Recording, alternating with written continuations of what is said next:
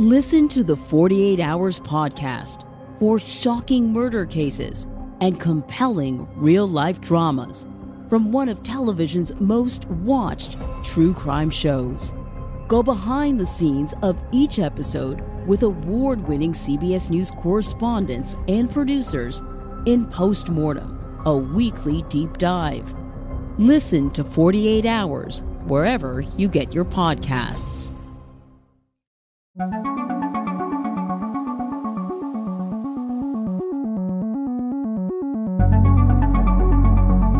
Acreditar em alienígenas, para alguns, passou a ser sinônimo de quem vive olhando para o céu, esperando ser abduzido com um chapeuzinho de papel alumínio na cabeça.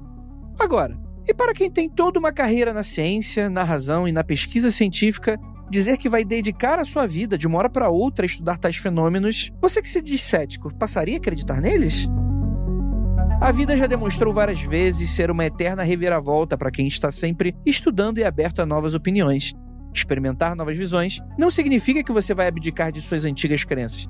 E é isso que iremos abordar aqui hoje. Grandes ícones da ciência que mudaram de ideia e se tornaram believers no fenômeno ufológico. E a gente vai falar mais sobre eles logo depois da vinheta e a gente já volta.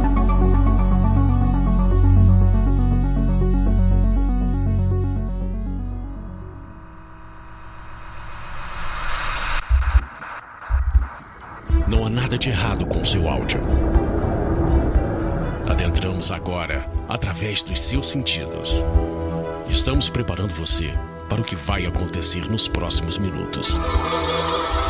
Além do que conhece por tempo e espaço, o contato com algo além. Não conte para ninguém e nunca olhe para trás, pois este é Mundo Freak Confidencial.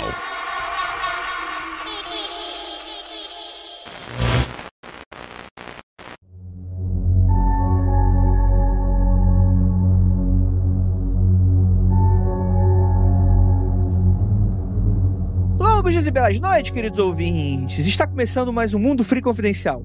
E hoje, eu, Andrei Fernandes, um ícone da ciência, que mudou de ideia, estou hosteando o episódio de hoje, que vai ser incrível. Afinal de contas, cientistas, a ciência aceita ufologia? A gente vai cair na porrada aqui hoje para descobrir. Para me ajudar, temos aqui ele, a pessoa menos científica do podcast, Rafael Jacaúna. Pessoal, eu sou testemunha visual e audiovisual que muita gente que está gravando esse programa hoje mudou de ideia sobre um monte de coisa believer. Alguns deram a distorcida, deram a amenizada, mas ao longo do tempo, vocês ouvintes são testemunhas que muita gente aqui se tornou believer, principalmente o host, depois que ele gravou algum especial de ufologia. Mas não vem cantando de galo, não, porque se tem uma pessoa que não mudou de opinião com relação à Varginha, foi você, tá, seu trouxa? Que aí o pessoal me cobra até hoje. Quem foi no evento de Halloween já conversou comigo, já descobriu, agora quem tá ouvindo depois, boa sorte. Isso aí. Boa sorte. E temos aqui também nosso queridíssimo Lucas Balaminuti. E aí, galera, um abraço pro ouvinte de IP 177.69.118.2 que adicionou um Mundo Freak Confidencial como fonte na Wikipédia no artigo de Casper House. Pô, matou a piada que eu abriria o episódio de Casper House. Mas eu faço de novo, foda-se, não tô ligando pra isso. Temos aqui ela, que depois de muitas participações do Mundo Freak, vai ser negada a Wakanda da ciência pra ela, Jay Carrillo. É isso mesmo, de quem o Rafael estava falando além do Andrei, de mim. Hoje eu vou revelar para vocês que eu não sou mais cética, eu sou believer. Não, aí não. Aí tá pesado. Agora seu nome é Soror J, você tira tarô na Avenida Paulista, vende uns cristais, é isso, né? Então tá bom. Tá cheio de traíra aqui hoje. Porque quando eu criei esse podcast, junto com o Rafael, com a Iri, com a galera, tinha tudo muito bem estabelecido. Quem era o cético, quem era o believer. Parece aquela piada, sabe aquela piada? O bêbado sobe no ônibus. Ah, de um lado só tem corno, no outro só tem isso. E aí o piloto fica puto, o ônibus dá uma freada e mistura todo mundo. Isso aí é a experiência do Mundo Freak em 2023. A partir de agora, ninguém é de ninguém. Eu cansei de ser xingada na internet. Olha só. Ai, aquela academicista, ela não pode ir contra o que ela aprendeu na física. Academicista? Eu larguei o osso. Ou seja, hater, tem razão. Você pode continuar sendo hater, que vai dar tudo certo e você vai conseguir o que você quer. E, gente, vamos falar sério aqui. Mas antes da gente falar sobre esses ícones da ciência que mudaram de ideia. Se mudaram de ideia, você talvez, se é cético, você pode mudar também. Tem um recadinho pra dar pra você. Seguinte, ouvinte, siga a gente nas nossas redes sociais, @MundoFreak, no Instagram, no TikTok, em tudo quanto é lugar, e @Mundo_Freak no Twitter, enquanto aquele picolé de chuchu de peruca não enfiar a mensalidade pra vocês aí, até ele existir. Tamo aí. Perguntaram, inclusive, essa semana. Sim, estamos no Blue Sky também, @MundoFreak, @Andrezila, @Magicano, tá tudo lá pra vocês, tá bom? Então é isso, vamos voltar aqui pro papo?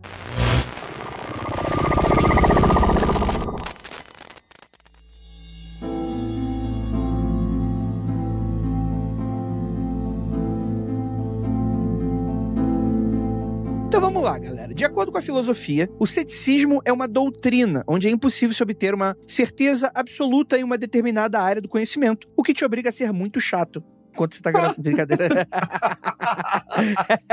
Eu queria parar aí já parar aí, porque aqui é muito interessante ver que a definição de cético tem a ver com o fato de que a verdade é inalcançável. Você não tem como chegar em uma verdade absoluta. E o ceticismo vem como solução para você lidar com esse problema. E é engraçado porque, normalmente, tanto a galera que se diz cética, como a galera que odeia o cético, eles fazem isso porque o cético acredita só na ciência e desacredita em tudo que não é ciência. E a ideia é justamente o oposto disso. É que você não tem uma verdade absoluta. Então, como é que você vai fazer? Você vai, aos poucos, atualizando a sua verdade, a verdade que você tem nesse momento, e refinando ela conforme novas evidências vão aparecendo. Então, o ceticismo é isso. É a constante evolução do que você acredita. É você ir se atualizando conforme novas evidências vão aparecendo. Não é você ficar trancado na mesma ideia pra sempre, desacreditando uma parada e acreditando na outra. Então, Lucas, justamente por isso, nem sempre uma pessoa que está pesquisando uma área, ela deixa de ser cética naquela área. Às vezes ela está pesquisando justamente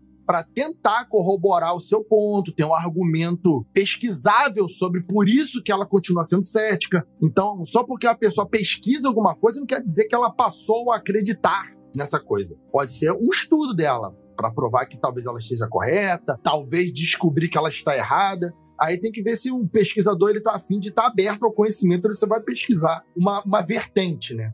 Mas a pessoa pode ser cética e pode pesquisar sobre aquilo ali. Mas quem faz ciência de fato, você tem que estar diante dos paradigmas, né? E esses paradigmas, geralmente, eles estão ali para ser quebrados. Isso aconteceu muito quando surgiu a mecânica quântica, né? Que é aquela quebra do paradigma da mecânica clássica. E o próprio Einstein, quando ele foi confrontado com as ideias do Bohr, com as ideias do Planck, ele falava, né? A clássica frase: Deus não pode estar jogando com dados, né? Porque isso é muito aleatório. Tipo, isso não pode acontecer. Nem ele mesmo conseguia ver a possibilidade da nossa física ser tão pequenininha, tipo, atuar de uma forma tão menor do que os átomos. Então, ele não acreditava. Então, é assim, você pode acreditar numa coisa hoje e a partir, sei lá, de 10 anos, não mais. A ciência, ela avança dessa forma. A física é pequenininha, a física todinha dela cabe aqui no meu bolso. É que nem é pequenininha que nem a Jay. Mas aí é que tá. Primeiro, eu não confio num cara chamado Planck. Pra começo de conversa, sabe? Ai, coitado. Só falar um negócio rapidinho. Você acredita que esse cara foi o cara mais azarado da história? Tipo, morreu os filhos tudo, morreu a mulher, caiu uma bomba em cima da casa dele, ele perdeu todo o trabalho dele, teve que refazer tudo de novo. Ele achou que ele tava burro. Sério, Deus testando ele. Ele tava achando que era burro porque, mano, não sei fazer física, não sei fazer conta, não sei trabalhar com probabilidade, porque aquilo não tava certo, ninguém acreditava nele. Mano, o cara mais azarado da história. Então, concordo com o Rafael. Ele é o Jó da ciência. Exatamente. Bomba é desculpa pra não entregar tese. Ei, coitado do cara, perdeu a casa. Brincadeira. Mas eu acho interessante abrir com essa discussão logo de cara, porque o believer, ele tem a impressão equivocada de que a ciência é aquela parada de só acreditar no que é científico, enquanto a ciência é a constante evolução do que você acredita. Os papers são as pesquisas acadêmicas. Eles só são publicados em revistas acadêmicas notáveis quando eles têm o que a gente chama de contribution, a contribuição. a contribuição é você aprender algo novo ou revisar algo que a gente já acreditava. Você pode ter a pesquisa mais robusta, com os melhores experimentos, os melhores métodos, tudo genial. Se ela não revisar o nosso conhecimento, não adicionar algo novo, ou não revisar algo que a gente acreditava antes para algo diferente, ela não é publicada em revistas sérias, revistas grandes e tal. Tem um monte de revistinha pequena que serve pra publicar qualquer bosta. Mas em revista séria, revista grande, por exemplo, ela não é publicada. A ciência é a constante dizendo, puta, eu tava errado mês passado. Todo paper que sai é pra dizer que o paper passado não está tão certo quanto, e constantemente evoluindo. Isso que é avançar. Isso que é avançar na ciência. Você é tipo... Mas calma aí, eu vou fazer uma defesa dos céticos aqui. Que é o seguinte, o ceticismo ele tem uma função muito específica. Mesmo se a gente não estiver falando dessa parte mais filosófica da ciência correta, o ceticismo vulgar, que muitas vezes é confundido com a descrença pura ou uma certa má vontade. Existe um motivo porque alguns céticos e algumas pessoas são desse jeito. E o motivo é, tem muito believer que é muito idiota e maluco. Sim. Então, assim, existe uma postura de não dar o braço a torcer, porque você tem uma expectativa e uma série de preconceitos que acontece meio que dos dois lados. E quando eu tô falando isso, eu não tô falando que a gente não tô tentando pagar de centrão aqui na questão do tipo, não, nem esquerda, nem direita, pra frente. Mas já pagou. Porque eu acho que, principalmente nesses casos aqui, e é o que a gente sempre falou aqui no Mundo Freak, é importante você nutrir um ceticismo, mesmo quando você é um believer. Porque, primeiro, como carioca, fala que é da maior filosofia do Rio de Janeiro. O ideal é você não ser otário. O quanto menos otário você for, melhor. O ceticismo, ele tá ali querendo muito não ser otário. Às vezes porque às vezes você pode ser otário não acreditando no negócio que existe, né? Mas, ao mesmo tempo, existe um pouco... Eu consigo imaginar, por exemplo, o Carl Sagan, que é um cara que não tá aqui na nossa lista, na sua juventude, ele flertou um pouco com esse lado ufológico. Ele foi um cara muito mais aberto do que ele era no final da sua vida. E eu consigo entender por que isso aconteceu. Porque nos Estados Unidos, você tinha vários fenômenos super estranhos, você tinha aquela galera religiosa, super fanática, você tinha aquela galera da ufologia, super dodói, que só queria vender livro. Então, eu consigo entender que existe uma postura política em várias dessas entidades em ser meio intransigente. Você fica cascudo. Então, acaba sendo isso. Então, tem um motivo pelo qual, né? Porque realmente tem gente que pira demais nessa parada, né, cara? E chega no nível da picaretagem e de fazer mal à saúde. E esse é o pezinho onde o problema começa, entendeu? Quando você começa a envolver questão de saúde e, tipo, tirar proveito das pessoas, aí já fica um pouco complicado, né, ser believer nesse tipo de coisa. E mais do que isso, tem muito believer que utiliza a ciência quando convém. Isso. Que não é ciência o que ele tá utilizando. Ele tá pegando muitas vezes um fato científico e ele tá distorcendo, o que é a física quântica. Eu quero gravar ainda um episódio sobre física quântica na picaretagem esotérica. Porque... Já tá pronto. Então, em breve isso vai rolar, Então, tipo assim, a ciência é um negócio que beleza, todo cientista é burro. Porque a ciência já comprovou isso. Eu já escutei isso de parente, inclusive, né? Que a espiritualidade já foi provada pela ciência. Rafael, não ri. Você sabe de quem eu tô falando. Então, assim, é muito complicado, né? Porque a sua postura, quando você tá tentando ser um pouco mais razoável, é você tentar se afastar o máximo possível daquela postura da outra pessoa, porque você sabe que aquilo ali tá errado mesmo.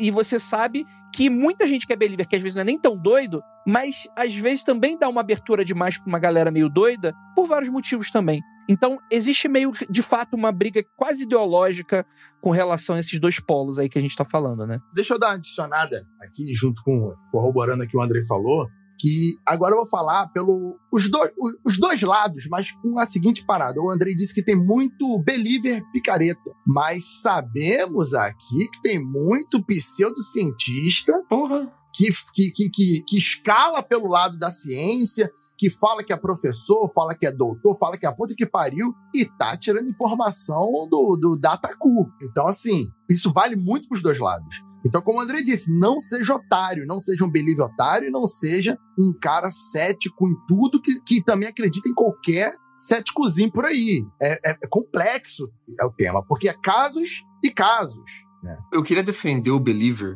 no ponto de vista de que o ceticismo, de uns tempos pra cá, pelo menos, ele virou uma questão identitária. E a galera que se subscreve ao grupo de céticos, que eles parecem aquele jogo de você bater na marmota com martelo. Ele sai na internet à caça de qualquer coisa pra bater com o martelo na marmota. Esse é o cético. E o believer, ele acaba ficando com uma impressão equivocada do que é a ciência. E muitos desses céticos são cientistas, inclusive. E o believer acaba achando que a ciência, você acreditar só naquela parada. Você só pode acreditar na ciência, só pode acreditar naquilo. E eu entendo o porquê o believer se afasta do cientista e se afasta do cético. Quando ele se dá com esses céticos que tem um martelo tentando bater na marmota. Só que eu convido os believers, antes de você criticar a ciência é só o dogma, a cientista só pode acreditar na ciência e tal. Experimenta ler um paper, pra você ver o que é ler um paper. Experimenta ver um fórum acadêmico. As universidades estão com os fóruns quase todos abertos para você ver por stream, ver a gravação depois. Experimenta ver o que é um professor que faz 3 anos que tá apresentando a pesquisa dele para universidades diferentes, tomando pau toda a apresentação de todos os lugares diferentes. Todo dia ele vai lá e melhora o paper dele, para depois, talvez, sequer, se ele conseguir, ele vai ser publicado para ele falar uma sentença, esse negocinho assim pequenininho. O cientista, quando ele publica o paper, é para ele falar uma sentença ultra específica e ultra pequenininha. Nunca uma parada mega grandiosa. Tudo isso para você falar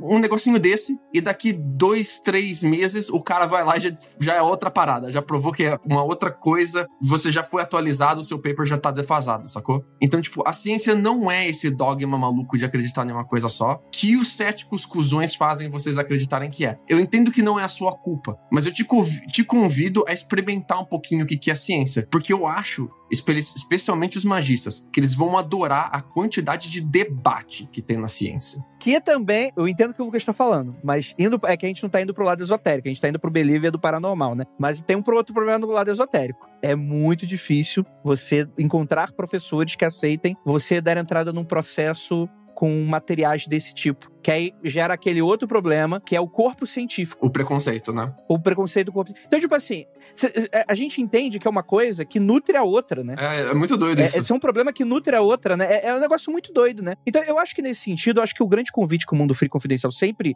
E, cara, eu já recebi mensagem de todos os ouvintes possíveis. Céticos que falaram que se tornaram mais believers, believers que se tornaram mais céticos, ateus que se tornaram esotéricos, esotéricos que se tornaram muitas vezes ateus. Porque eu acho que quando a gente bate a poeira aqui do tapete com o Mundo Freak, a gente não tá te entregando muito óbvio. Eu acho que é por isso, inclusive, que a gente não é tão famoso assim. Porque eu acho que, pra muita gente, seria muito mais fácil eu produzir aqui um conteúdo e falar assim, não, gente, né, eram deuses astronautas, existe, é verdade. Olha que doido, né? Mas não, eu prefiro chegar com alguém que entenda de arqueologia pra gente debater. O cara vai falar, cara, ó, infelizmente essa parada não existe. Isso é má ciência, isso é ruim, isso não dá em lugar nenhum. Aí a galera fica puta. Mas tem que entender que existe um grau de razoabilidade que você precisa aplicar. Como assim, Andrei? Como assim não existe gigantes de silício? Como assim? No lado oculto da Lua, né? Não pode ser. Não pode ser, isso aí tu tá maluco. O 2177.69.18.2 também participou de escrever o artigo sobre podcasts brasileiros, o mesmo que linkou o Mundo Freak de Casper House no artigo da Wikipédia de Casper House. Ele ajudou a escrever o artigo de podcasts brasileiros e listou 10 podcasts brasileiros e não listou o Mundo Freak. Olha aí, ô cara. Olha. Listou o SciCast e não listou o Mundo Freak. Temos aí uma preferência, né? Mas o Mundo Freak, ele entra na categoria comédia ou educacional?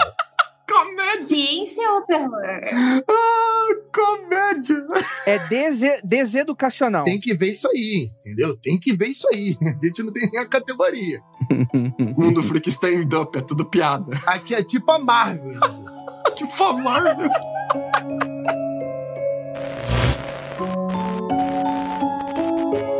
A gente tá abordando muito aqui do fenômeno OVNI, a gente não tá falando aqui de esoterismo, outros tipos de paranormalidade, coisa nesse sentido. Acho que valeria também a gente fazer uma pauta contrária também, né? Grandes believers que se tornaram céticos, porque eles existem também, tem vários deles por aí. E outra coisa nesse sentido é que também é um certo preconceito que as pessoas têm, que é o seguinte: por mais que a gente tenha um pouco desse debate, mas tem muito cientista que é religioso, viu? Pra caralho. E uma coisa não impede a outra. Aqui na Unicamp, ó. Cuidado. Assim. Cuidado. Eu não tô mentindo, ó. Ela domina a Unicamp. Se quiser vir na minha casa, venha. Eu já, infelizmente, abri algumas salas da Unicamp e tava tendo reunião da... E eu achei que era, tipo, sei lá, uma seita, um bagulho do gênero. Mas vários professores que são muitos bons professores, tá? Porque a gente tem professor que é bom pesquisador e professor que é bom professor. E a galera da é boa. boa, muito boa. Mas então aí. Não, mas isso aí que vocês estão falando, eu acho interessante porque não atrapalha em nada. A pessoa ser muito religiosa, ser muito cética e dar aula de uma parada que... Pode atrapalhar, sim. Pode atrapalhar, sim. Eu disse que pode, mas eu não disse que atrapalha necessariamente, não é uma regra. Assim como a pessoa pode não ser nada disso e, enfim, isso é o contrário. Nada disso, Sim, total. e ser o contrário. Por exemplo, muita gente fala assim, pô, Jaca, deve ser muito louco uma aula sua de história. Eu falo, por quê? Porque tu acredita em alien. Eu perguntei pra você, tu acha o quê? Que eu abro o Eric Van Braun, assim, pra falar de foguete, nazismo, pra falar de energia vril, deuses astronautas? Não é isso, não. Eu falei, não tem nada a ver, pô. Mas, Rafa, dentro das empresas que desenvolvem livros didáticos, tem algumas instituições que elas são religiosas. Se você pega esse material e você... é foda. Entendeu? Você trabalha com pessoas dessa forma. Então, tipo, quando a gente fala da educação, dessas aulas, sim, a religião, ela pode interferir. Só que a proposta da sala de aula é ser um lugar neutro, que as pessoas, que os alunos possam, eles se sentem à vontade e acolhidos com a diversidade de religião, mas não é o que acontece, entendeu? É porque neutro nem só o sabão de lavar louça, né? O lance que eu tô dizendo é que aí seria a política da empresa. Né? Raramente vai ser uma pessoa. No caso do livro, você tem outras pessoas que revisam, passam por... Então, quando a política é de empresa, ela vai colocar todos os funcionários com a mesma diretriz e uma ordem. E aí o livro vai ser produzido com uma intenção. Agora, uma única pessoa produzindo o livro com essa diretriz, quando passar na primeira revisão, vai parar, vai ser cortado, não vai avançar. Mas isso acontece mais pro PNLD. Quando você vai pro mercado, não é assim que a banda toca, não.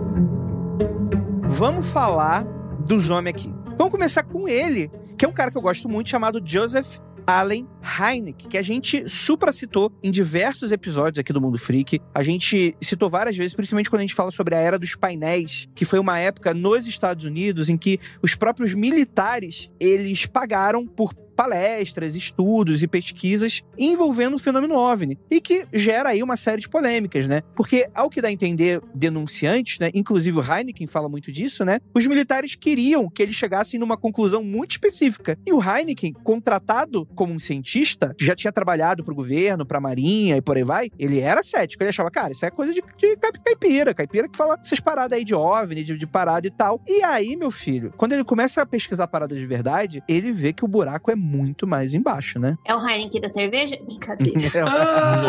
Nossa! É que você tá chamando ele de Heineken. Eu acho engraçado a história do Hynek, porque os militares americanos tinham um objetivo muito claro de fazer um PSYOPs para tentar controlar a mania que virou ufologia nos Estados Unidos naquela época. Tinha virado uma mania nacional, a galera não conseguia não falar de ufologia e ficou por muito tempo, assim, de 49, quando a gente tem os primeiros avistamentos, até o final dos anos 70, falando direto de ufologia em tudo quanto é mídia séria. Então, tipo, não era uma coisa só de mídia alternativa, como é um pouco mais hoje, assim. Era jornal, dava lá na cara, avistamento de Flying Saucer, pá! Era um fenômeno popular, né?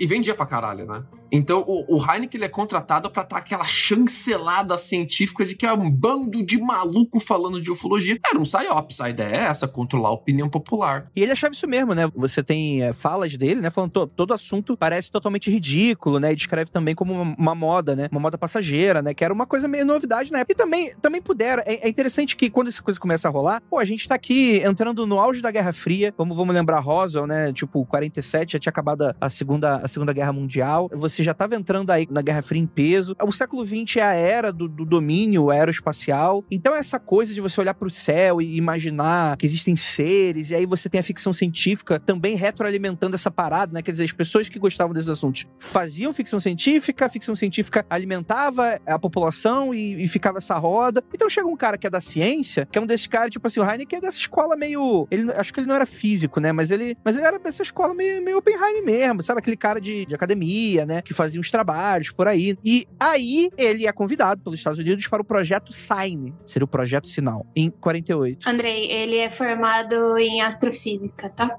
Não, mas é que astrofísica é diferente de física. Não, ele é astrofísico, ele não é Então, físico. exato. Porque a física que acontece lá em cima é diferente da física que acontece aqui no planeta. Isso é óbvio. Ih, começou.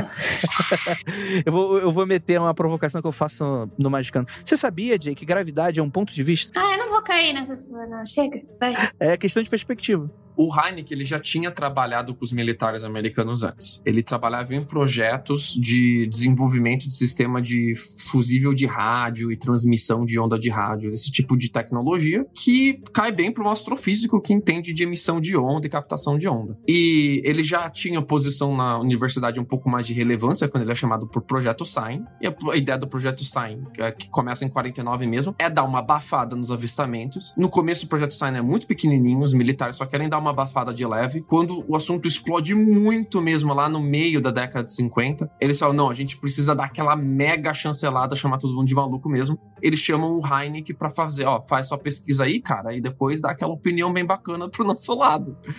E o Hynek, ele é cientista. O cientista, ele levanta hipóteses, ele vai atrás de metodologia para garantir que ele consiga falsear as hipóteses dele, e foi o que o Hynek fez. Ele levou aquilo super a sério. Ele começa a ver, né, as testemunhas que tinham dos pilotos, dos militares, e ele começa a ver que tem alguma coisa estranha. Tipo, ele falou assim, olha, gente, vocês negligenciaram aqui várias coisas e não é assim que a banda toca. Então vamos tentar colocar as coisas no trilho e fazer como a ciência faz, né? E a pesquisa dele se resumia a pegar os relatos da galera que chegava, né? Porque você não tinha qualquer tipo de tecnologia que consiga captar da maneira como a gente capta hoje, né? Essas coisas, né? Era também um assunto muito novo. Então a ideia geral, nesse primeiro momento que a gente não entende o que tá acontecendo, é coleta de dados. O que é coleta de dados nessa época? Relato pra caralho. E aí que tá. Ele lança o livro logo depois, que é depois que ele é demitido do Projeto Sign. Não lembro nem se ele é demitido do Projeto Sign, mas eu acho que ele vai ainda pra outro projeto, e aí só depois ele é demitido, né? É que o Projeto Sign vai virar Projeto Blue Book depois. Isso aí, perfeito, né? Porque a ideia geral é que ele começa a ver que as opiniões e os relatos, testemunhos, não é só daquela galera redneck super de interior, tipo assim, dentro dessa perspectiva folclórica do ignorante, né, do matuto, né, como essa galera da ciência pensaria. Que ele começa a ver que tem oficiais, tem policial, tem militar, pessoas inteligentes, né, segundo ele, né? Então, ele começa a achar muito estranho, né? Porque a ideia geral desse negócio não era só simplesmente falar que não existe. Era tentar dar uma explicação coerente, né? Falar, é um fenômeno meteorológico, às vezes é algum que a gente não conhece, né? Então você vai dentro dessa perspectiva de tentar se embasar com o que existe nesse assunto, né? E o mais interessante é que ele começa a ver que não tem uma seriedade por trás da Força Aérea, dos militares. Que eles estavam, tipo, meio que jogando tudo por debaixo do tapete. E ele falou assim, olha... Não é assim que faz as coisas, né? Então, conforme ele vai coletando tudo ali, ele começou a achar que talvez poderia ter alguma coisa realmente por trás disso tudo, né? Eu gosto desse exemplo dele, que eu tenho pra mim, agora eu vou jogar minha opinião aqui, foda-se, falo mesmo, que quando o cara é analista de verdade, cientista de verdade, o cara se preocupa em realmente pesquisar e não ficar taxando tudo de como maluquice, né? Vai ter muita maluquice, mas quando o cara se dispõe a realmente pesquisar, ele vai ficar com umas pulgas atrás da orelha do tamanho de elefante. Vai. Porque não dá pra responder uma parte significativa das coisas. E aí você começa a se questionar. E eu acho que aí que brilha o cara poder continuar sendo cético, mas mesmo assim começar a dar crédito pra esse tipo de coisa. E aí, eventualmente, deixar de ser cético, mas o cara tem que dispor de um tempo. E aí, muitas vezes, ele não consegue recurso de pesquisa. Então, muita gente se afasta porque não quer perder aquele recurso da bolsa, de estudo. Então, muita gente vai falar, não, pra não ganhar nada, eu prefiro nem pesquisar. Porque se pesquisar, eu vou ficar me questionando e aí abre janelas. Aí o cara... Então, eu acho isso muito bom. Eu tenho um exemplo interessante sobre isso, que eu queria comentar antes de ter esquecido. Lembra que em alguns episódios passados eu falei sobre o buraco negro que foi ejetado da galáxia e que eu tava super animada? Nossa, vem coisa por aí, os bagulho louco. Nossa, a física vai mudar, tralalá. Bom, descobriram que é uma coisa muito mais simples do que isso. Era simplesmente uma galáxia vista de lado, sem o bojo dela. Daí eles conseguiram achar, tipo, uma foto, eles conseguiram dados muito parecidos que bateram com o que eles tinham achado pelo Hubble. Então, tipo, é isso, né, gente? É isso que é fazer ciência, é você se decepcionar, é você achar que vai achar coisa nova e não acha. Então, o que o Heinrich fez é exatamente isso. Ele começou a pesquisar, e ele viu que tinha coisa ainda mais dentro do governo americano. Não, tem pesquisador científico, cara, que passou a vida toda pra provar uma única tese, uma única teoria, né? Não é um negócio fácil mesmo, né? O desapontamento da Jay, ele é muito palpável, né, cara? Ai, mano, nossa, eu fiquei tão triste, vocês não têm noção. Eu perdi meu chão essa semana quando eu sou. Mas esse desapontamento da Jay também tem o seguinte: como o Lucas estava falando sobre papers e coisa e tal, a disputa na academia, ela é feroz. Oh? Pessoal só não dá tiro porque não tem fuzil. E às vezes tem, então cuidado. Então, assim, muitas vezes as pessoas estão numa corrida desenfreada para publicar alguma coisa, e aí ele quer publicar um fantástico, um incrível. E aí, depois de 2 semanas, 1 mês, aquilo ali já os dados são revisados, são peneirados, mas o cara publicou. E isso, para o pesquisador, tem uma importância ser publicado. Independente se depois de 1 mês, 1 semana, 1 ano ele vai ser desbancado. Então, muitas vezes, se pegam dados ainda imaturos, digamos assim, e se publicam. Porque tá bom, a pesquisa tá boa, mas não deu nem tempo dessa pesquisa, dessas informações serem feitas direito. Mas o cara ele precisa publicar, porque a academia quer isso. Para ter doutorado, tem que ter paper, tem que ter uma obrigatória. Então, isso é foda. Então, eu não ponho nem culpa nos caras. É gente, né? É gente, tipo, é política. Uma das grandes críticas que os próprios acadêmicos têm à ciência hoje, e que eu acho muito engraçado que os believers não têm essa crítica, porque eles não entendem direito como funciona dentro. Ih, chamou de burro. Eu sei, você believer, que eu escuto o Mundo Freak, eu sei que você entende. Eu tô falando dos outros que não entendem, fique tranquilo. Saiu bem. Mas essa é uma das grandes críticas, essa corrida a ter número de publicação, porque você mede os pesquisadores por número de publicação e por número de citação. Você combina essas métricas, fazer métricas de relevância e tal.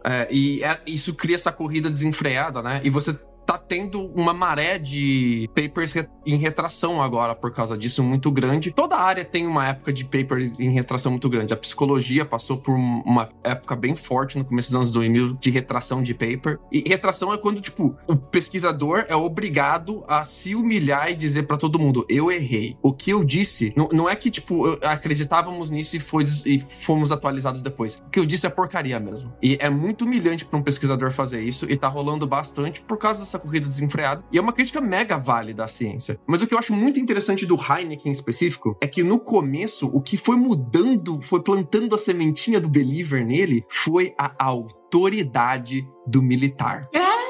É isso aí. Ele é muito dessa questão de autoridades, e ele só foi começar a mudar a opinião dele quando um asa da Força Aérea Americana, que ele não diz quem é, você imagina que um asa da Força Aérea Americana, ele é treinado para identificar a olho nu, naquela velocidade de jato de caça, alvos e que tipo de alvos são, e o cara falando: eu não sei que tipo de alvo é esse, e é um objeto que voa, não é uma estrela, não é reflexo, não é fenômeno da estratosfera, é um alvo e eu não sei. Piloto experiente, né?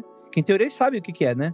E o Heinrich falou: pô, isso daqui é uma autoridade e eu acredito em autoridades. É engraçado que essa crença em autoridade, que é uma coisa mega cética, né? É o que plantou a semente de believer nele. Passa 5, 6 anos, o projeto Sign vai virar projeto Grudge. Aí o Heinrich, ele já tá quase full believer. Ele já não só acha que existe um fenômeno ufológico acontecendo real, como ele acha que existem vários. Ele fala: não tem como uma causa só explicar tudo isso de fenômeno. Deve estar acontecendo um monte de coisa diferente. Que eu acho que é o principal erro do believer, né? Que o believer, ele tenta fazer uma espécie de teoria de tudo, em que tudo faça sentido dentro de uma lógica intrínseca. Então, por que tem 50 seres com biologia completamente diferente? É porque no planeta Terra tem um livro, vou publicar aqui o livro das 50 espécies de alienígenas. Quando, na verdade, é um fenômeno que pode nem ser alienígena, pode nem ser... E o Heinrich é interessante, porque ele, como cientista, ele fala: cara, não tem como eu falar o que é, sem ter evidência. Então é muito cedo pra gente falar qualquer coisa, que é o erro principal dos Believers, né? Que é já chegar de cara, não, é um extraterrestre, veio de outro planeta, veio de Vênus, veio de Plutão, que foi algo que depois vai sendo mudado e a galera esquece, né? Que na década de 60 a pessoa acreditava mesmo que vinha um venusiano pra cá, pra Terra, né? Agora virou outra parada, virou uma coisa pra fora da galáxia, né? Então, e aí, só que a galera esquece. Que eu acho que dá muita abertura pra teoria da conspiração. Porque essa coisa que a gente tá falando, tipo, do Hynek, ele acreditar mesmo nas autoridades é quando ele vê que as próprias autoridades, elas não estão ligando pra isso, né? Então a gente tem um cara da Força Aérea dizendo que tal coisa existe, que ele viu, mas daí a gente tem, tipo, o governo americano falando, ó, não, esquece isso aí, deixa pra lá. É óbvio que ele vai implantar teorias da conspiração na cabeça dele. Eu mesma plantaria, porque, tipo, por que estão me negando isso? Por que não estão dando atenção a isso? Cara, isso que o Andrei falou, Jay, é muito da teoria de tudo, sabe? O Believer... Eu ia falar, ele falou assim, o Believer acredita. Eu falei assim, mas a gente também tá tentando achar teorias de tudo. O Believer, ele tá fazendo a mesma coisa que o cientista, quer criar teoria de tudo, quer fazer unificação de tudo que é cético, de tudo que é believer, é tudo alien, é tudo anjo, é tudo demônio, é alien, demônio numa coisa só, é siriano, é ET. O que é? Então o believer, o believer, né, tem muita gente que eu conheço que acredita que são mais de uma coisa, então não quer unificar, mas o que mais tem no YouTube e no TikTok, então, nossa senhora, a galera afirmando que tudo é a mesma coisa, né? Documentário novo da Netflix até diz ali que um dos primeiros episódios que tudo é alienígena, né? O cara resume toda a espiritualidade, alienígena, ET, tudo numa coisa só, é alien. O cara afirma isso categoricamente. Deixa eu só dar uma explicada nessa teoria de tudo pra não ficar solto e não vir alguém me xingar, porque eu tenho certeza que vai vir alguém me xingar. Essa teoria de tudo que a gente tá tentando resolver aí, na verdade, é um problema que a gente tem entre a relatividade geral e a mecânica quântica. São duas coisas que elas não são compatíveis entre si. É um grande problema que a gente tem na ciência. E daí vem a teoria das cordas, mais pra frente a teoria das supercordas. A teoria das cordas, ela foi ganhando upgrades até se tornar a teoria de tudo, né? Tem o livro do Stephen Hawking, que é bem legal, mas também tem o Universo Elegante, que explica um pouco sobre isso, sobre a teoria das cordas e dos problemas que a gente enfrentou na ciência. Então essa teoria de tudo seria para unificar duas partes da física que elas funcionam muito bem separadas. Mas quando a gente vai falar delas juntas, por exemplo, num buraco negro massivo, as coisas se complicam um pouco. Então é nessa parte que a gente tá tentando unificar as coisas. Mas eu acho que é diferente do que o Andrei tava tentando falar, de que você dá uma explicação que ela é muito simples e ela faz tudo se encaixar, né? Tipo, não é isso que a ciência tá fazendo. Então, mas aí é que tá. Eu elaborei uma tese que talvez não seja nem minha, talvez eu esteja copiando de alguém, mas enfim, né? Foda-se, tô na internet e gravando um podcast. Hoje em dia não significa mais nada. Tem um filme que o Tom DeLonge,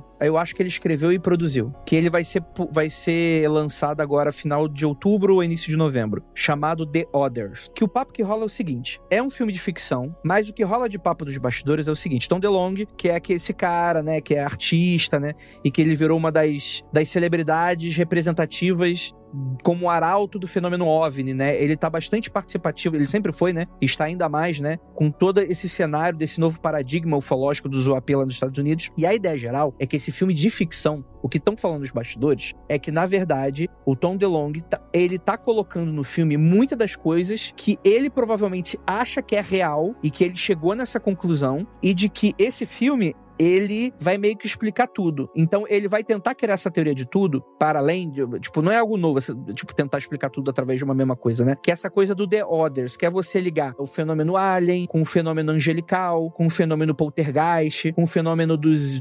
goblinzinhos do Kentucky, com o fenômeno disso, como se fosse um grande mesmo fenômeno, e tudo isso é uma espécie de sintoma de algo muito maior que está acontecendo. Que é aquela coisa bem conspiratória, no sentido bem amplo da coisa e tal. E aí que tá, eu tava assistindo uma série, que em algum momento, talvez aqui no Mundo Freak a gente vai falar sobre ela, ou talvez no Magicano, que é a série Relier, que é de um canal chamado Planet Weird, que é tipo o Mundo Freak, até parecido o nome, né? Que é um canal gringo, né? Inclusive, tipo assim, é um cara e uma mina, tipo, é bem eu e a Ira, assim. É muito engraçado. E, cara, a série é um festival de maluquice sem tamanho. E é aí que eu formulei essa teoria. Os cientistas, ele tem o método científico, que é uma série de etapas que uma certa proposta precisa levar para que aquele conhecimento, vamos dizer assim, seja reconhecido com uma certa seriedade, né? Então você vai ter revisão por pares, você vai ter um nível de evidências que seja reproduzível dentro de um local controlado, né? Que é aquela coisa do tipo, cara, vamos deixar esse fenômeno mais pelado possível a ponto de a gente conseguir reproduzir em um ambiente completamente estéril e da maneira como a gente quiser.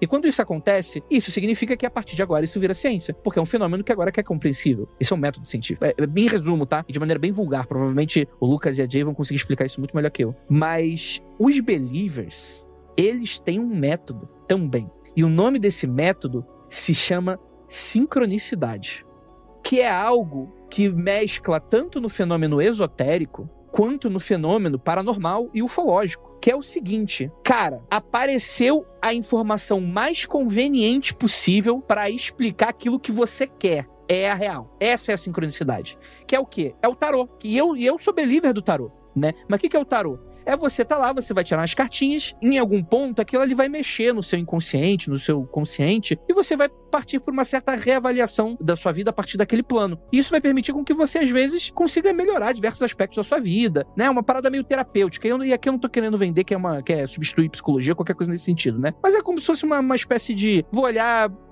uma situação em ângulos diferentes. Isso, de certa forma, vai arejar minhas ideias e coisas nesse sentido. Eu tô sendo aqui... Eu não tô indo pra uma explicação metafísica, mas eu até acredito que existe também uma metafísica da coisa, mas não cabe aqui no podcast agora essa minha explicação. Que é basicamente isso. Vai aparecer uma carta ali que vai falar, cara, eu tenho certeza que essa carta fala da minha sogra. Por quê?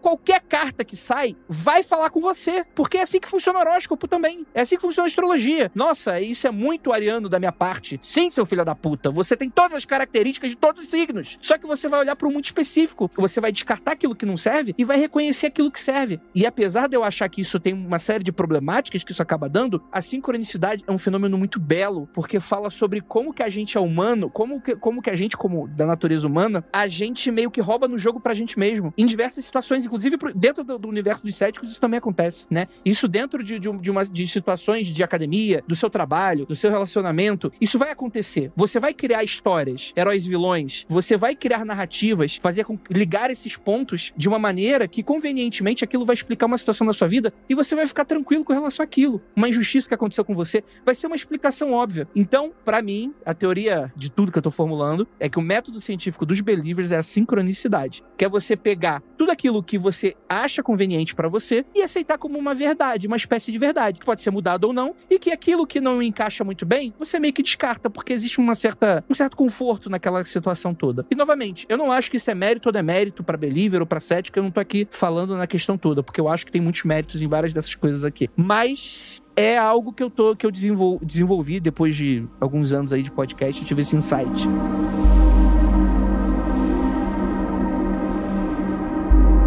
Esse fenômeno que o André chamou de sincronicidade, um dos pilares da ciência é você identificar os vieses humanos no seu método de análise e você colocar controles explícitos que lidem com esses vieses. Um dos grandes vieses que todo mundo tem, eu tenho, você tem, todo mundo tem, é a gente ter muita dificuldade de diferenciar o que é provável do que eu quero que seja verdade. O nosso cérebro, ele joga esse jogo com a gente de quanto mais você quer que seja verdade, mais você acha provável que é. E esses dois conceitos não estão necessariamente alinhados. Às vezes você não quer que algo seja verdade, mas ela é muito provável que seja. E a gente tem uma dificuldade muito grande de aceitar isso, cara. Eu tomei esse baque logo quando eu entreguei o meu projeto de mestrado. A minha orientadora virou pra minha cara e falou assim, você sabe que você tá querendo reinventar a roda, né? Tipo, isso aqui é óbvio que isso já existe, que era a gente não utiliza referências de mulheres dentro da ficção científica pra dar, tipo, você quer usar um livro de ficção científica em sala de aula. Não, a gente não vai usar um livro escrito por mulher, a gente vai usar Asimov, a gente vai usar Arthur C. Clarke, tipo,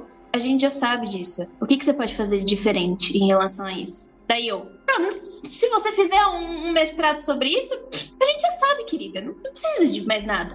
Foi aí que eu conheci o viés. Aquilo gera certeza no meu coração e eu queria gritar pro mundo. Então ela falou assim, isso aqui não é nada de novo. Se vira aí agora pra fazer uma coisa diferente. Uma das maneiras que eu vou recomendar pro ouvinte a lidar com esse viazinho em específico é, especialmente quando você tá lidando com conteúdo na internet, você lidar como se fosse um jogo de que aquilo quer te convencer e você não pode ser convencido. Se você for convencido, você perdeu. Quanto mais você gosta do que foi dito, mais você tem que criticar, mais você tem que perguntar, mais você tem que duvidar. É o oposto do que a gente pratica. Parece que, puta, adorei isso, RT, adorei, like, adorei, comenta, olha só isso exatamente aqui que esse cara falou. Faz o caminho exatamente o contrário. Quanto mais você gosta, mais você segura e tenta criticar, achar furo, duvidar, pesquisar mais a fundo. Pegar as referências mesmo. Talvez você descubra que é isso mesmo, e tava certo. E talvez você descubra todo o universo que o Hynek descobriu. Porque o Hynek queria muito acreditar que era tudo palhaçada, que era tudo galera maluca.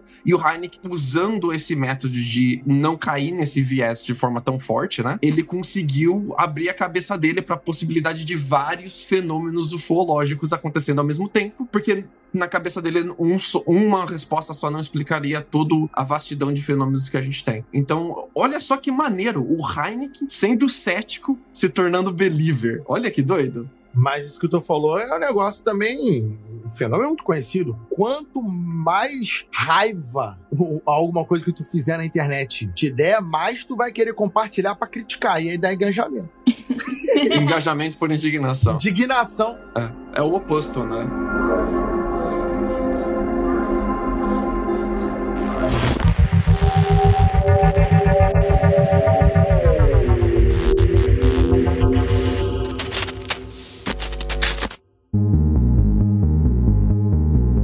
Vou falar do próximo ícone da ciência e justamente fazer uma pequena refação do que eu falei até então. A gente vai falar aqui do John E. Mack, que ele foi um cara bastante interessante, né? Um psiquiatra que ganhou, inclusive, um prêmio Pulitzer, ficou conhecido como um dos principais pesquisadores da psicologia entre suicídio entre adolescentes, né? Principalmente durante a constante ameaça de aniquilação nuclear durante a Guerra Fria, nesse sentido. Que aí existe todo esse debate, né? Que hoje em dia no Twitter, aquelas discussões que existem no Twitter, né? Se psiquiatria até que não, mas tipo, se psicologia é ciência ou não, né? Aquela coisa que sempre volta naquela questão. E eu queria fazer uma refação. O método científico que eu falei aqui como uma descrição, ele serve para ciências exatas, tá? Mas ciências humanas passam por outros tipos de métodos, né? Então você não tem como você reproduzir em um ambiente esterilizado, sei lá, a queda de Roma, saca? Então assim, você passa nas ciências humanas por outros métodos, inclusive economia é ciência humana, tá, gente? Você não consegue reproduzir todos os fenômenos culturais, políticos e temporais e regionais do mesmo povo.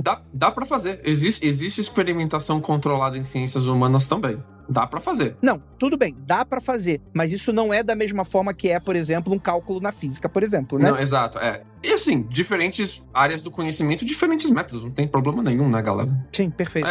Galera, história é ciência, pelo amor de Deus. E não é psicologia, tá, André? É psicanálise, pelo amor de Deus, senão os psicólogos vão... Não, sim, tudo bem. Ah, tá, vão correr atrás de você. Ah, não, tem psico, é tudo doido, bicho. Isso aí, brincadeira.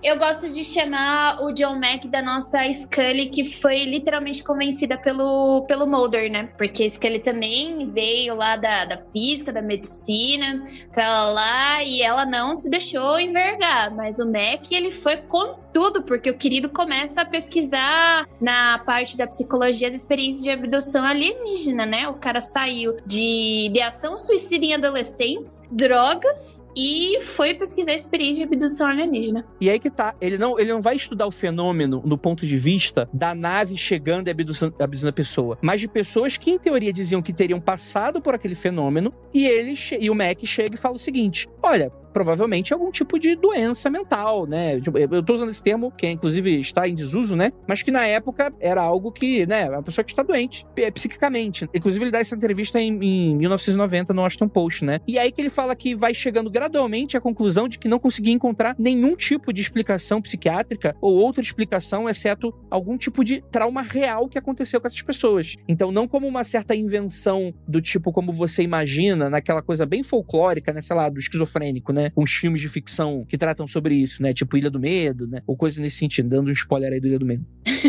Mas a ideia é que, de fato, ele encontra evidências de que essas pessoas passaram por alguma coisa e a gente não sabe exatamente o que foi. Eu vou contar uma coisa que aconteceu comigo, que foi, tipo, recentemente eu fui diagnosticada com um transtorno de estresse pós-traumático, né? E eu achava que o meu corpo estava sucumbindo e que eu estava morrendo de verdade. Que, tipo, as pessoas falam, mas cada um tem a sua experiência, né? Diferente. E daí, quando me falaram que era isso, eu falei assim, então é assim que as pessoas, tipo, que passam por traumas, é isso? Que a química do corpo delas funciona e acontece? E eu falo assim, gente, isso é muito surreal, porque você ouvir falar é uma coisa, agora você experimentar aquilo é muito, tipo, sabe? Eu às vezes acho que às vezes a pessoa passar por isso, ela começar a acreditar nessas coisas porque ela sentiu e ela não soube explicar, sabe? No caso do Mac, ele era muito bom de identificar qual era o caminho que levava as pessoas, especialmente jovens, ao suicídio e ao abuso de drogas pesadas. E ele fez um trabalho muito legal de trilhar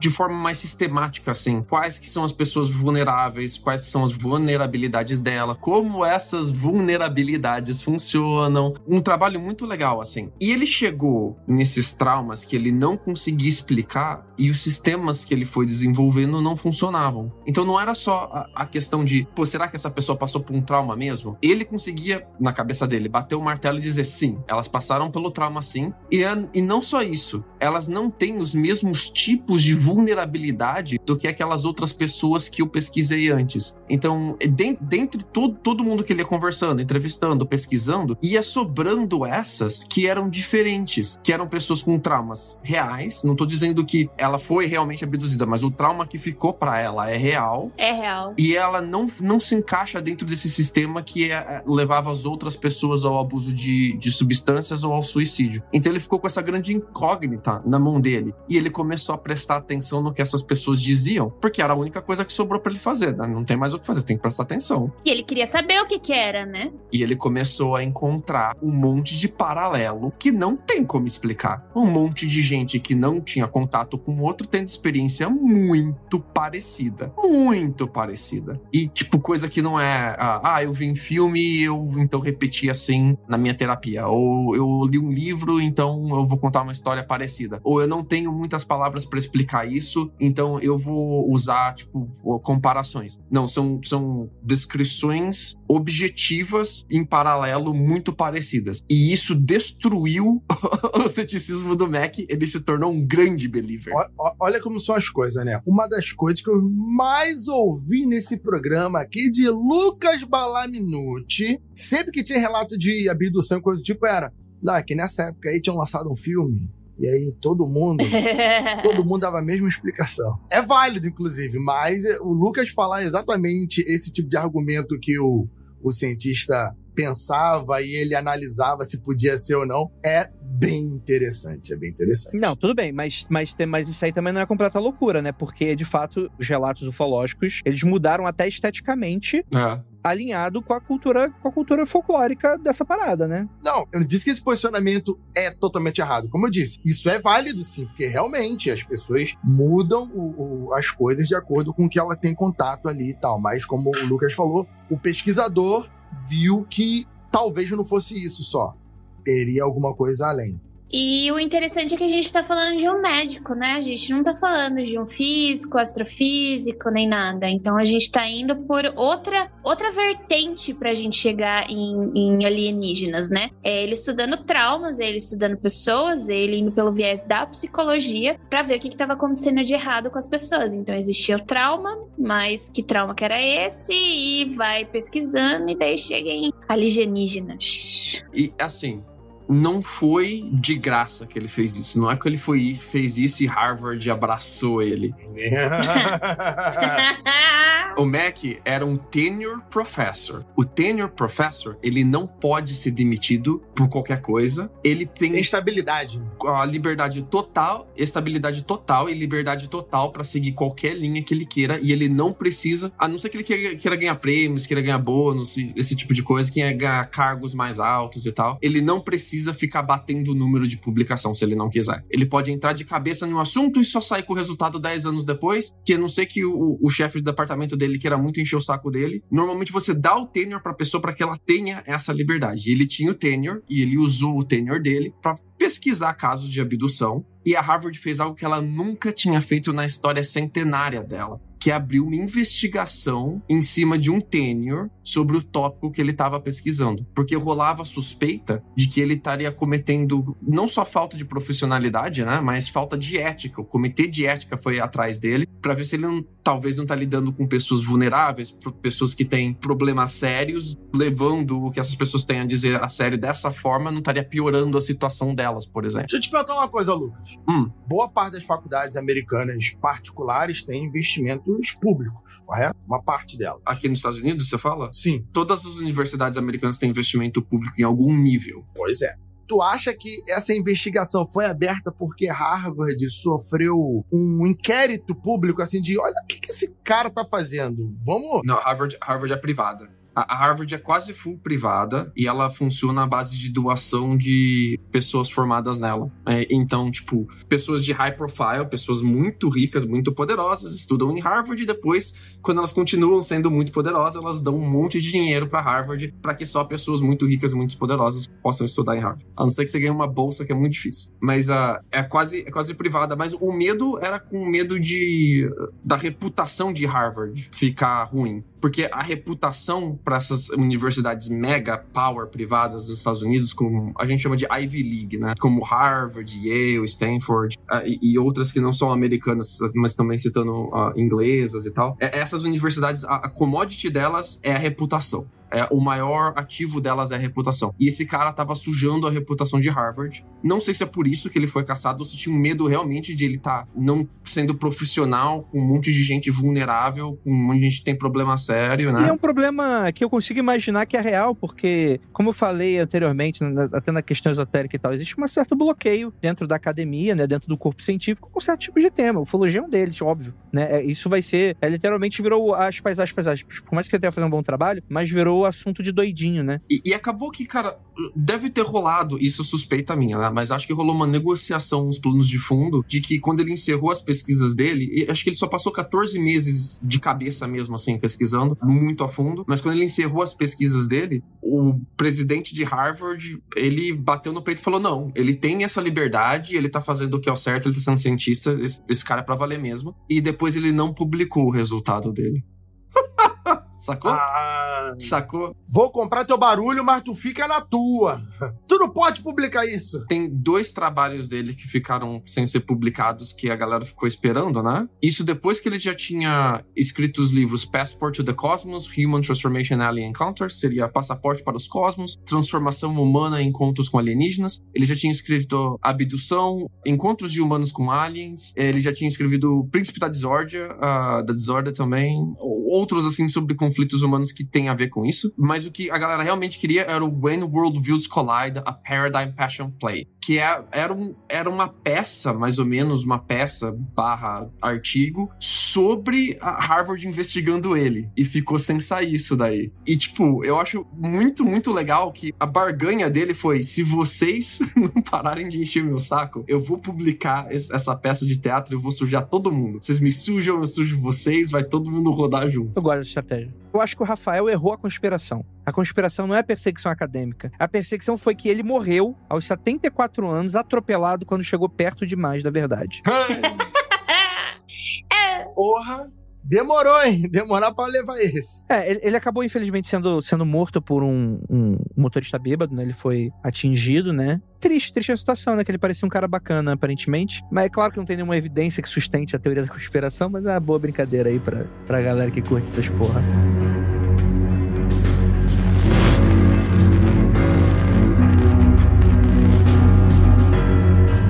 Vamos falar aqui do Friedman, Stanton T. Friedman. Doidinho esse, hein? Então, quando eu fui fazer a revisão da pauta, não tinha essa carinha. Daí eu falei assim, o que o Friedman tá fazendo aqui? Porque o Friedman que eu conheço, ele é da cosmologia, que foi o que calculou, né, as equações de Friedman, que calculou a expansão do nosso universo. Eu falei assim, é o quê?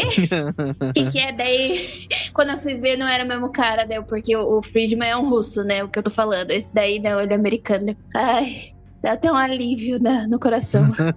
Olha aí. Cara, o Friedman que a gente tá falando, né? Ele trabalhou por 14 anos como físico nuclear para algumas empresas, né? Onde teve oportunidade de desenvolver. E ele abandona a carreira na década de 70 para pesquisar o UFO. É muito doido. Molharam a mão dele. Eu tenho certeza. Molharam a mão dele. Não, e é interessante porque ele assumiu uma postura completamente diferente dos dois até então. Do tipo, ó, vamos ver o que tem por aí. Ele já era aquele cara, tipo assim, não, as naves vêm de outro planeta, né? Os objetos não identificados, blá, blá, blá, blá, blá. Ele foi um cara que ele mergulhou demais, assim. Ele não falava UFO, ele falava disco voador, tá? A parada dele era essa, inclusive. Ele não usava a palavra UFO, era sempre disco voador. Ele tinha uma tendência. Sim, né? Tinha uma tendência. E eu acho que é isso, né? Ele era um físico nuclear, né? Ele trabalhou bastante durante várias operações com energia nuclear em si, mas de resto, as contribuições dele não foram tão legais assim quanto dos outros dois, né? Ele ficou bastante conhecido no meio ufológico por ter vindo, né? Desse cenário que é um pouco mais científico, completamente mais científico, né? Mas ele também não era, aparentemente, ele não era um cara tão acadêmico assim, né? Ele é mais um... É o cientista que foi pra indústria. É. A academia não paga bem, a indústria paga muito mais, o cientista vai pra indústria. Acontece. Vendido. Tem uma frase dele muito boa, que é assim: os discos voadores são, por definição, objetos voadores não identificados. Mas muito poucos objetos voadores não identificados são discos voadores. Olha só. Estou interessados nesse último, não no primeiro. Ele, tipo, falou absolutamente nada. Não, ele faz uma distinção importante aqui. Qualquer coisa voadora que não é identificada é UFO. Ele não tá interessado em UFO, ele tá interessado em alien. Tipo, a parada dele é essa. Eu quero estudar alienologia, não ufologia. Sim. Não quero descobrir o que tá piscando no céu. Eu quero achar o alien. E ele foi caçar alien. Ele fazia viagens enormes, epopeias, dirigindo pelos Estados Unidos, conversando com as pessoas que tinham relatos, catalogando relatos, tentando juntar cacareco de evidência. E ele é aquela pessoa que despirocou foda, assim. Eu gosto muito dele. Ele entrou muito de cabeça. Eu tenho uma teoria sobre isso, tá? Eu sei que algumas pessoas vão me xingar, mas é o que eu acho. Como é que uma pessoa que tava trabalhando, tipo, na indústria, energia nuclear, fonte nuclear, tipo, isso dá dinheiro mesmo. Se você é um cientista que tá pesquisando esse tipo de coisa. E daí você simplesmente despiroca. Assim, vai totalmente pro lado contrário. Eu não vejo nenhuma linha traçada, porque esses dois últimos que a gente tava falando, eles chegaram num momento que era tipo um limiar, né? Olha, tem alguma coisa errada aqui no que eu pesquisei, vou atrás. Tem uma linha lógica, né, que a gente vê essa mudança, né? Não é da noite pro dia. Isso, então, tipo, ele vira da noite pro dia. Então, às vezes, eu acho que, tipo, assim, eu penso comigo, se alguém me der muito dinheiro, eu preciso de dinheiro pra comer, eu faria a mesma coisa. É vegana, pode ser vegetariano, dá o que você quiser, tudo certo. É barato. O que mudou ele foi Roswell, tá? Exato. Ele foi a primeira pessoa, o primeiro civil a chegar em Roswell, quando Roswell aconteceu. Ele foi o cara que, tipo, saiu por a informação, aconteceu o Roswell, ele largou tudo e disparou que nem um maluco pra Roswell. Ele foi o primeiro civil a chegar lá, e depois disso ele falou, não, é isso que eu quero fazer pro resto da minha vida. Só que ele não tinha como largar tudo de cara ainda. Roswell é muito cedo ainda, 48, né? 1948. Ele vai aos poucos largando depois de Roswell, e até que nos anos 70 ele larga tudo de vez. É isso que eu ia falar. Eu acho, o Lucas acabou de dizer que seria essa minha sugestão. Que algo aconteceu no tempo livre dele, né? Que o cara se fascinou e falou, cara, é isso aqui. Juntei meu pé de meia, juntei um trocado, já fiz a minha carreira, agora eu vou cheirar. O que é? Já fiz a minha carreira, agora eu vou cheirar. Entendeu? Caralho, Rio de Janeiro, é isso aí, né? Vamos lá. Cheirar rosas, cheirar perfume, cheirar, né, os belos cabelos. O mundo freak não faz apologia da droga. Faz sim, brincadeira. Mas eu acho que o que ele curtia mesmo era a estrada, cara. Porque, Esse que ia falar maconha. Ah! Eu também achei que você ia falar. coitado dele. Ele dava muita palestra em universidade, inclusive, muita palestra em grupo de ufologia, em convenção de tecnologia, e ele sempre vestia aquela parada de eu sou físico nuclear, e sempre se fazia valer disso, né? Colocava o distintivo de físico nuclear dele no peito, né? E ele, cara, ele era uma máquina de fazer palestra, uma máquina. Em, tipo, coisa de 10 anos, ele deve ter dado, sem sacanagem, assim, fácil, talvez mais de 1000 palestras. Fácil. Uma máquina. Cada semana ele tava em um lugar diferente, dando uma apresentação diferente. O Friedman foi cair um pouco... Ele foi, aos poucos, ficando cada vez mais defasado. A verdade é essa. A ufologia foi morrendo, foi mudando, e ele ficou muito naquela mesma coisa, né? Mas... ele pegou certos documentos que provariam o Majestic 12, né? Majestic 12. Como é que fala Majestic 12 em português? Majestic 12. Majestic 12. Pô. Uma Majestic em inglês e foda-se. Tá bom. Os Majésticos. Os mágicos, os 12 mágicos. Majésticos 12. É que 12 é uma carga do latino, entendeu? Aí... não pegava bem falar 12 em português. Ele pegou, acho que, não lembro se era, acho que no final dos anos, não sei se é metade ou no final dos anos 90, normalmente eu sou mais preciso que isso, perdoa eu, ouvinte. Ele pegou documentos dos Majestic 12 pra provar que era verdade e tal, e, tipo, já não era uma parada que a galera tava acreditando tanto mais, e o papo dele já não tava tão legal, e depois dessas publicações dele sobre os documentos do Majestic 12, Majestic 12, ele caiu de vez, e a galera, tipo, parou de dar bola pra ele. E só pra complementar um pouco, né, que foi um pouco dessa discussão, quando perguntam, né, qual o motivo da mudança dele, ele é extremamente vago também, né? Ele fala que durante a vida dele, ele foi encontrando documentos dentro do governo, né? Mas como a gente próprio tava falando, ele tava trabalhando dentro da indústria, né? Não tem nada a ver. Então, o que significa? Como é que ele não teve acesso a nada? Ele não trabalhou em nenhum lugar, assim. Sei lá, não é que ele não trabalhou em nenhum lugar. Às vezes, sei lá, ele pode ter no currículo alguma instituição específica, né? Mas não necessariamente é um cara que se aprofundou. Não, só associação mesmo. Ele não tem nada, nenhuma relação forte com o governo. Ele não tem aquelas permissões de level diferente de acesso a documento confidencial, nada. É papo de ufologista. Ou seja, o cara aqui nessa pauta aqui tá errado, né? Que ele nunca foi cético, né? É que ele saiu de um... ele era físico nuclear, tudo pra ele ser sério. Esse é o cético que justifica o believer. Só porque ele era físico nuclear quer dizer que ele era believer, tá vendo? Só porque ele era cético. É físico nuclear, ele é cético. Não, pô, nada a ver. Preconceito. Chega aqui na FGW pra você ver os doidos que tem.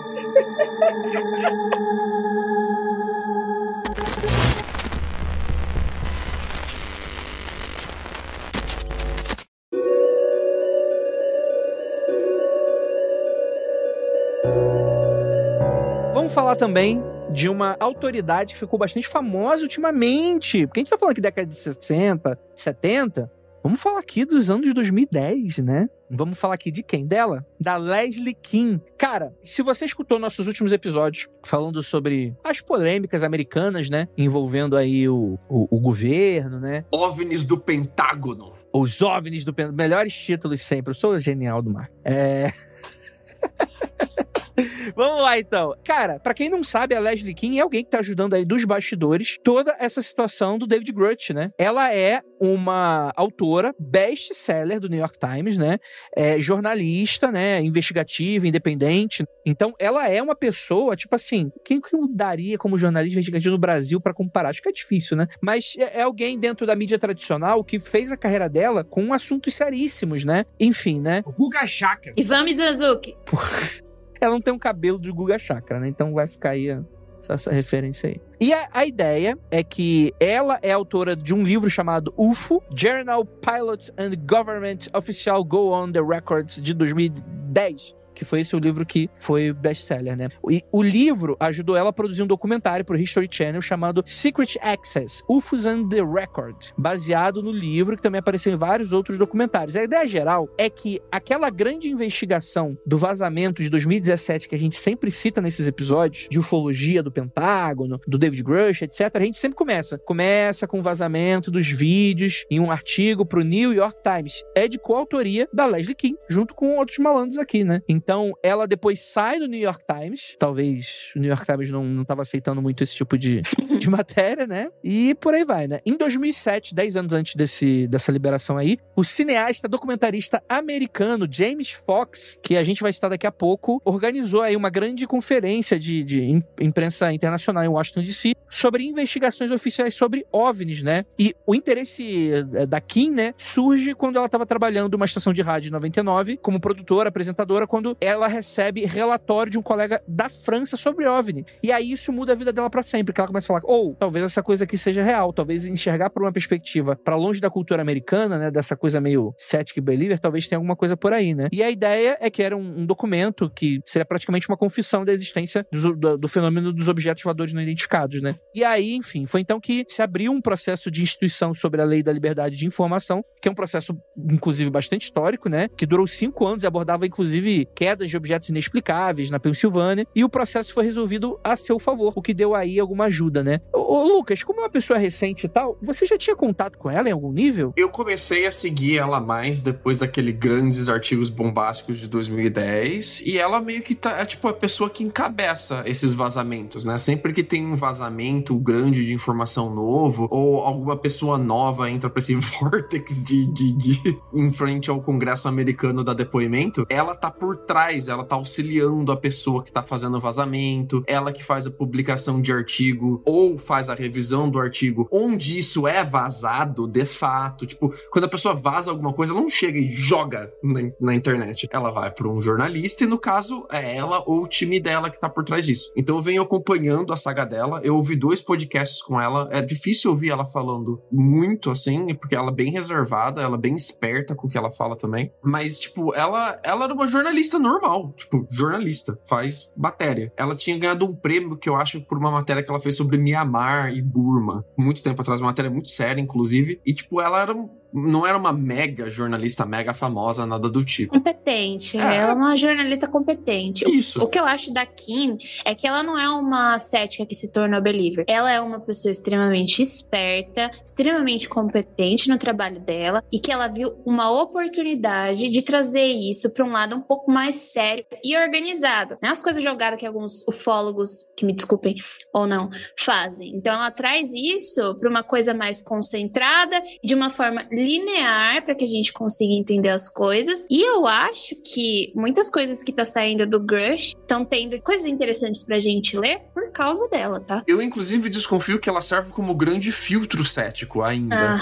Porque o Grush já deu, e as outras pessoas, os pilotos e tal, que deram depoimento, já deram a perceber, se percebe pelo jeito que eles falam, às vezes algumas sentenças que eles cortam eles mesmos, que eles querem dar uma despirocada mais foda no assunto. Mas não pode. E ela segura os caras. Ela dá um auxílio para os caras não despirocarem tanto em depoimento. Ela controla bem o tipo de material que ela solta nas matérias. Então, tipo, quando ela chega e fala... Temos evidências aqui, temos materiais de evidência de tripulação não humana, que foi a grande última coisa que ela estava envolvida, né? Aquela matéria de tripulação não humana que a gente falou aqui no Freak. Foi a vez que ela soltou mais esse filtro. Então, pra mim, a partir dali, a gente tem uma nova Leslie Kim. Uma Leslie Kim que tá a fim de começar a soltar mais esse filtro believer, de se largar um pouco mais esse jornalismo mais cético e, sei lá, Twin Peaks, virar um pouco mais Twin Peaks da vida, assim. Daqui a pouco tá ela tomando café, comendo torta e gravando as coisas no gravadorzinho dela. Comendo rosquinha. Só que o que eu acho interessante dela, sabe aquelas pessoas que fazem contenção de danos, manejamento de danos? Contenção de danos. Eu acho que ela é uma dessas pessoas. E eu acho isso muito importante, muito interessante, porque a gente também tá sabendo o outro lado, né? Mesmo eu não acreditando em muitas coisas, eu acho interessante que a gente saiba que isso tá acontecendo. Porque esse é o papel do jornalista, de informar de forma, assim, razoável. Eu gosto muito do trabalho da Leslie, tá? E me sinto mais feliz por ela ser uma mulher encabeçando tudo isso. Então, ela é uma pessoa que eu não acho que seja believer, mas ela tá aí fazendo um trabalho bom. Eu acho que ela é. Você acha? Eu acho que ela tem material em mão que ela não soltou, porque ela acha que se ela soltar, vai ferir a credibilidade. Descredibilizar. Ela perde credibilidade e daqui a pouco ninguém mais acredita nela. Ela tá há 13 anos medindo na conta-gota, André. É que eu acho que ela é esperta só. Ela viu uma oportunidade, ela agarrou essa oportunidade e ela tá fazendo o trabalho dela em cima dessa oportunidade. Concordo com a Jay, porque se ela tem um material, então ela não tá sendo cética. Tem alguma parada que ela sabe que ela falou, cara, a realidade na verdade é essa. E eu vou fazer disso a minha vida daqui pra frente. Tipo, a vida dela é só isso agora, né? Ela não é mais jornalista generalista como ela era no New York Times, né? Ela, tipo, o papo dela é só esse agora. Então, tipo, ela tá 13 anos medindo quem que vai ser a testemunha, qual que vai ser o material liberado, indo de conta a gota, descobrindo os caras. E eu acho que tem um monte de cara que ela deve ter filtrado, que é militar, que queria dar depoimento. Ela falou, puta, se a gente joga esse cara, a gente perde todo esse avanço que a gente fez. Eu acho que não só ela, tá? O time dela é mais que ela, mas também por causa dela, a gente tá no ponto que chegou de seriedade do Congresso americano, tendo que ouvir os caras cada vez mais por causa desse trabalho muito sério dela. Então, tipo, ela é believer nesse nível. Tem a parada que o believer às vezes é meio tonto. Que é o seguinte, o maluco não segura a parada. Cara, sabe, tem aquele grande termo americano que eu adoro, que é o, como é que é? É o look the room.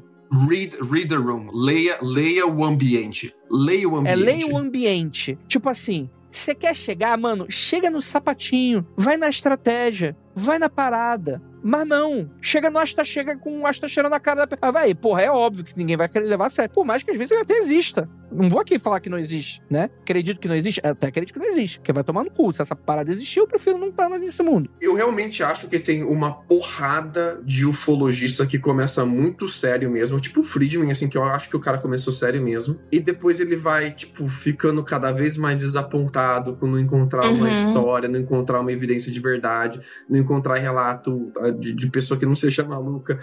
Tipo, vai morrendo por dentro o cético ufologista sério. E aí eu chego uma hora que ela fala, quer saber, eu vou fazer dinheiro com isso, foda-se. Eu torço muito que a Leslie Kean não vai ser uma dessas, e eu acho que não vai ser. Tô apostando nela, cara.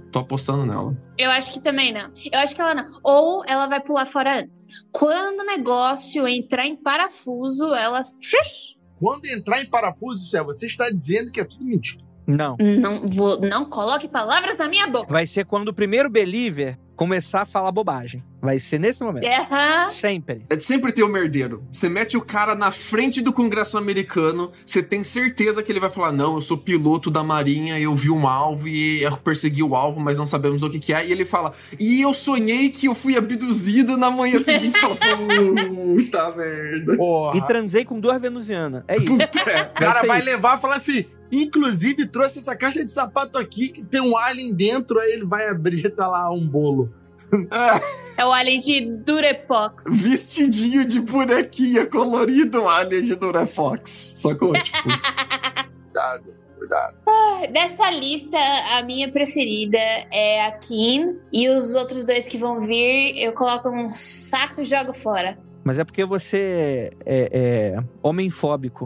Sou misândrica. Não, mas os próximos 2 os próximos 2 que vão vir é complicado. Na verdade, os outros 2 que vão vir vai ser um só. Não vamos citar aqui o Jax Valer, que ele merece um episódio à parte.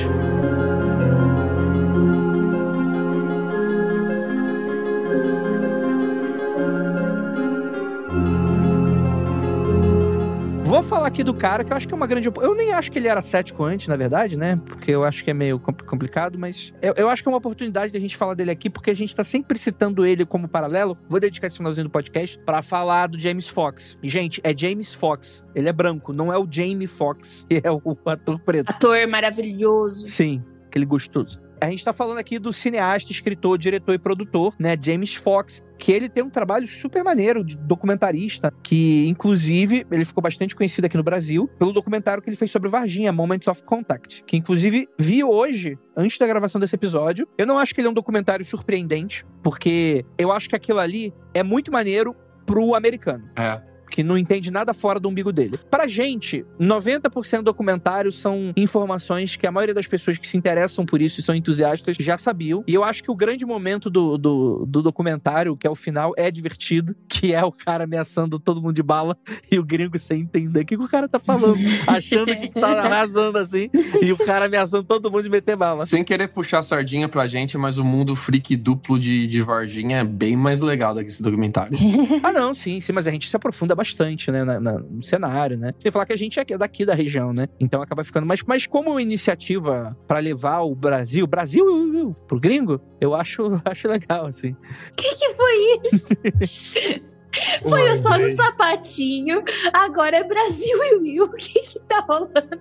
Samba, futebol e Varginha. Vamos lá, galera. Exatamente.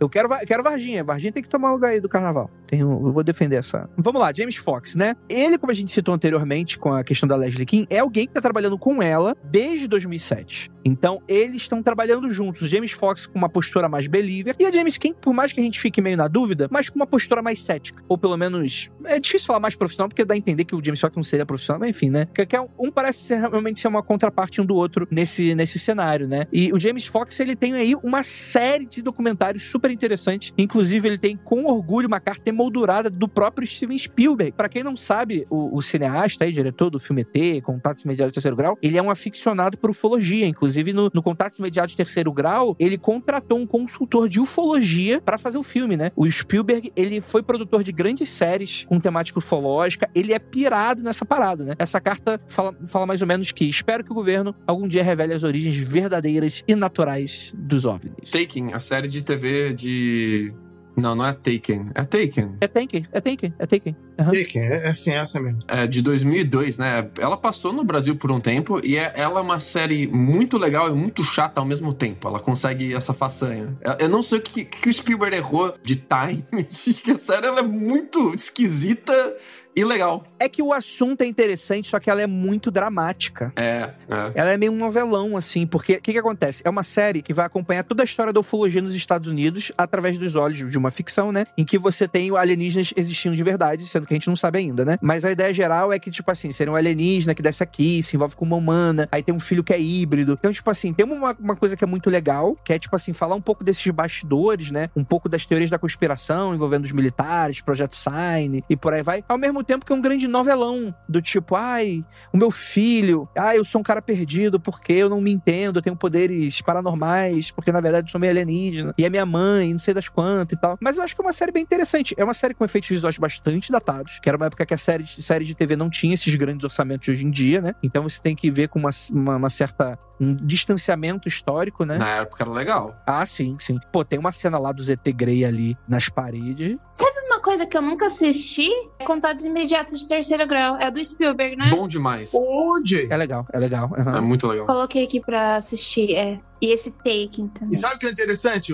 Informação. Aqui tem conteúdo. Um cara chegou pro Spielberg e falou assim, pô, você sabia que o Contato Imediato de Terceiro Grau seria seu pai e sua mãe conversando? Aí ele olhou, O cara, porque sua mãe, se eu não me engano, a mãe dele era musicista e o pai era cientista, ou o contrário. E aí ele olha e fala, cara, eu nunca tinha reparado nisso. O próprio cara. Cara, mas é isso, né? Tipo assim, é difícil falar porque eu não vi os outros documentários dele, mas ele tem anos de pesquisa, né? Trabalhou bastante para esses documentários e trabalhou também com figuras grandes, assim. Apesar de eu falar, tipo assim, é meio que faz essa dobradinha com o Leslie Kean como se ele fosse só um believer doido, mas não é isso, na verdade, né? Ele já conversou com bastante políticos interessantes, né? O senador Harry Reid, o governador Bill Richardson, o astronauta Gordon Cooper, o ex-vice-secretário-geral adjunto de defesa, de inteligência, Christopher Mellon. Enfim, ele é um dos caras que, junto com a Kean, tá meio que organizando esse momento novo da ufologia. Então, ele é um cara que, com certeza, merece aí ser citado nessa pauta, com certeza, né? E é isso. O documentário de Varginha tá disponível na Apple TV? Eu acho que ele tá disponível no YouTube. Não, no YouTube eu tenho certeza. Não, pra aluguel, então. É, isso. Não, tá sim, tá pra Apple TV, só que é aluguel, tá, gente? R$14,90 pra ver o filme. Existe a desconfiança de que aquele maluco bilionário que vende módulos da Estação Espacial pra NASA, o Bigelow, tá em contato com o James Fox em 2023, porque o James Fox ficou tweetando sobre o Bigelow. Isso. Faz um tempo isso já. Ele ficou um tempo tweetando bastante sobre o Bigelow, então parece que os dois tinham algum projeto junto, alguma coisa assim. O Bigelow tá em todas, cara, em todas. Eu tenho... Não, calma aí. Tá até arrepiado agora. Eu tenho uma fofoca disso aí, mas não posso falar no ar. Tem que esperar terminar de gravar. Ele e o Valê são best friends forever. Não aguento o Valê, velho. Caralho, do nada. Você não gosta dele? Caraca, por quê? Não. É francês. Só porque é francês? Não, só porque ele é um grande chato. Muito chato.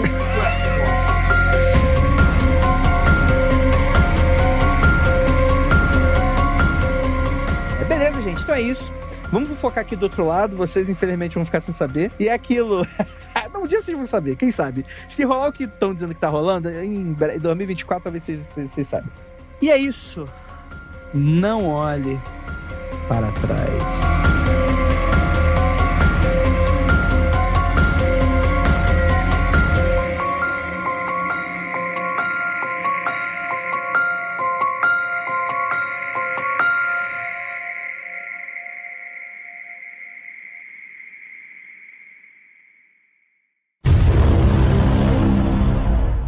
Eu quero Varginha. Varginha tem que tomar lugar aí do carnaval. Eu vou defender essa. Que susto, pensei que ia vir a piada. Eu quero Varginha.